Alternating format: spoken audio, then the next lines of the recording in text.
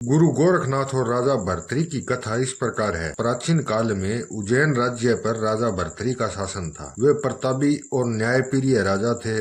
उन्होंने अपनी प्रजा का सदैव कल्याण किया। भर्तृहरि एक योग्य शासक होने के साथ साथ अपनी रानी पिंगला से भी गहरा प्रेम करते थे। रानी पिंगला की सुंदरता और भर्तृहरि के प्रति उनके स्नेह ने राजा को मोह में बांध लिया। लेकिन जीवन के इस राजसी सुख और प्रेम में लीन राजा भर्तृहरि के भीतर कहीं न कहीं एक गहरी संतोष की भावना भी जन्म लेने लगी। उन्हें यह मालूम होने लगा कि उनका जीवन एक भ्रम मात्र है, जिसमें मोह, माया और सांसारिक सुख, भोग और सर्वोपरि है। कहते हैं कि एक दिन राजा भर्तृहरि के दरबार में एक साधु आया, जिसके पास अमृत फल था। साधु ने बताया कि यह फल अमरता प्रदान करता है। भर्तृहरि को अमरता की चाह नहीं थी, परंतु उन्होंने यह फल अपनी प्रिय रानी पिंगला को देने का निर्णय लिया, ताकि वह हमेशा उनके साथ रह सके। राजा ने प्रेम पूर्वक यह फल रानी को भेंट कर दिया और उनके अनंत प्रेम की कामना की। रानी पिंगला ने यह फल स्वीकार तो कर लिया, लेकिन उन्होंने उसे अपने किसी अन्य प्रिय को दे दिया। यह समाचार जब भर्तृहरि तक पहुंचा तो उनका हृदय टूट गया। उन्हें समझ में आया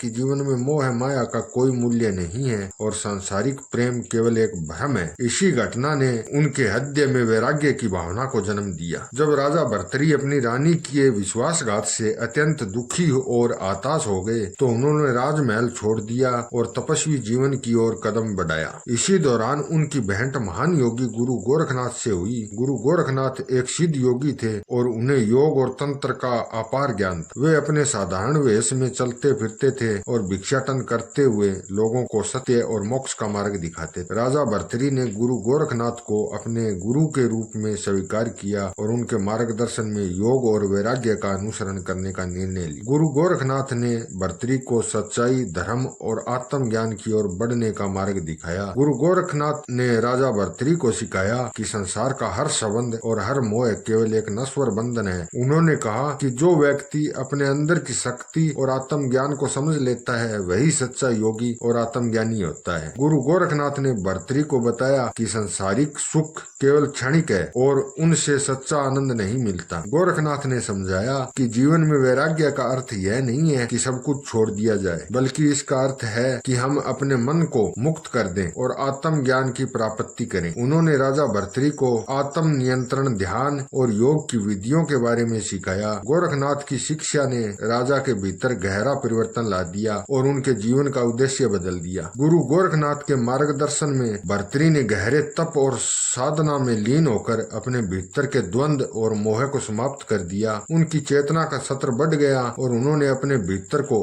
परमात्मा का साक्षात्कार किया। वे समझ गए कि सच्चा आनंद और शांति केवल आत्म ज्ञान में है, न कि बाहरी सुखों में। इस यात्रा में भर्तृहरि ने अपने सांसारिक जीवन का त्याग कर संन्यास का मार्ग अपना लिया। उन्होंने गुरु गोरखनाथ के चरणों में अपना समर्पण किया और एक महान योगी बने। भर्तृहरि ने अपना शेष जीवन साधना, तप और आत्म चिंतन में बिताया। उनके द्वारा लिखी गई वैराग्य शतक, नीति शतक और श्रृंगार शतक जैसी रचनाएं आज भी आध्यात्मिक मार्गदर्शन का स्रोत है। गुरु गोरखनाथ और राजा भर्तृहरि की यह कथा हमें सिखाती है कि मोह और माया के बंधन में फंसे हुए जीवन का वास्तविक आनंद केवल आत्म ज्ञान में है। गोरखनाथ जैसे महान गुरु के मार्गदर्शन में भर्तृहरि ने सांसारिक प्रेम और इच्छाओं का त्याग कर वैराग्य का मार्ग अपनाया और मोक्ष की ओर बढ़े। यह कथा हमें यह प्रेरणा देती है कि यदि हम अपने जीवन में सच्चे गुरु का मार्गदर्शन पाते हैं, तो हम भी अपने अंदर के परमात्मा का साक्षात्कार कर सकते हैं।